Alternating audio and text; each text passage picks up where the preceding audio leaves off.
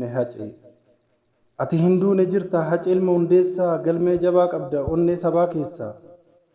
Ati hinduu ne jirtaam hace ilma sabaa sammuu keenya keessaa qabda gamoof seenaa jabaa. Ati hinduu ne jirtaam kanaaf simboona dhaloonni lubbuun mararfatu seenaaf jiraata goonni.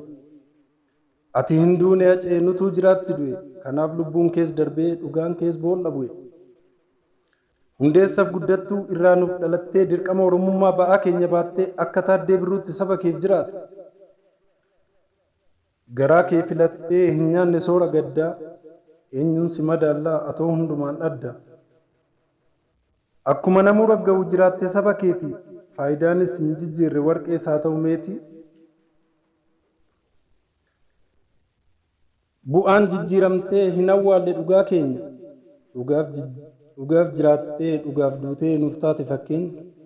Si biratti iddoo qabu shirriif kijibni ormaa dhugaa qofaaf jiraattee dhugaaf kennite morma. Qabsoo sabaaf kennitee filatte daandii sirrii sagalee nuu diina harcafta akka aliyyii cirrii. Fakkeessuuf sin leellisu dhugummaa keetu akkasii diinni iyyuu ragaa ba'a gootummaa kee gaafasii. Guyyaa diina kiiloo buustee gaafa galma barkumee bara shina wayyaanetiin lammiin keenya dhume. Dhugaa diinni awwaalte qottee boollaa baastee ijji diinota keenyaas guyyaa sana jaamte. Nuti garuu har'a manatti gallee teenye afaaniin wacuu malee gumaa kees baasuu hin dandeenye. Gaafa lubbuun jirtus si qeeqnee si arrabsinee maqaan qabne siif moggaasnee dhugaa kees dabsinee. Osoo hin hubanne jarjarree si balaaleffannee akka diinaa har'a garuu dhugaa kee barree nu waraanee nu cicciniina. Ati har'a boqotteerta nutuu boqonnaa dhabne keessa keenyatti dhiigna badii keenya yaadanne.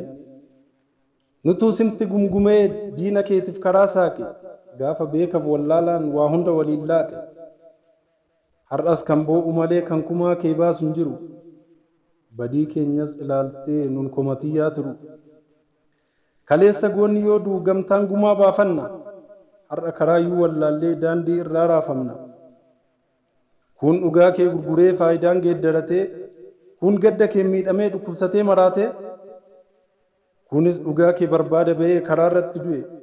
Dhugaa kees hin argamne boolla shiraa san bu'e. Dhugaan kees hin argamne boolla shiraa san bu'e. Akkanatti jirra kaa hacee nu hubattaaree koode. Kanaaf sangaan keenya mar'atee kormi keenyas baroode.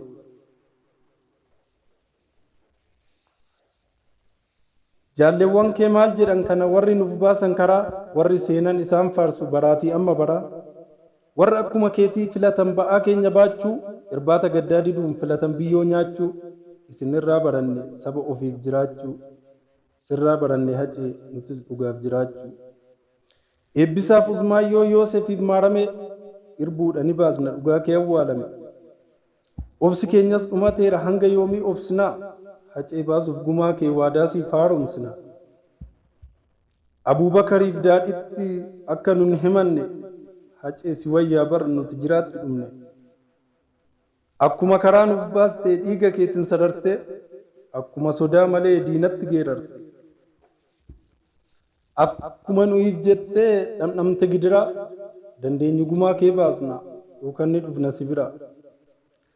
Har'a nu waliin boo'u hacee koo warri kaleessa si jibbu gingilchinee baasna gumaa kee kunoo siif seenne irra irbu. Guyyaa sobanii siif boo'u halkan gammachuu sirbu hin dabsinu hin cabsinu siif seenne irra irbu. Kaayyoo kees galmaan ba'uuf hacee mataa dhiiraa du'us bilisoomus daandii keerra ni hiriira.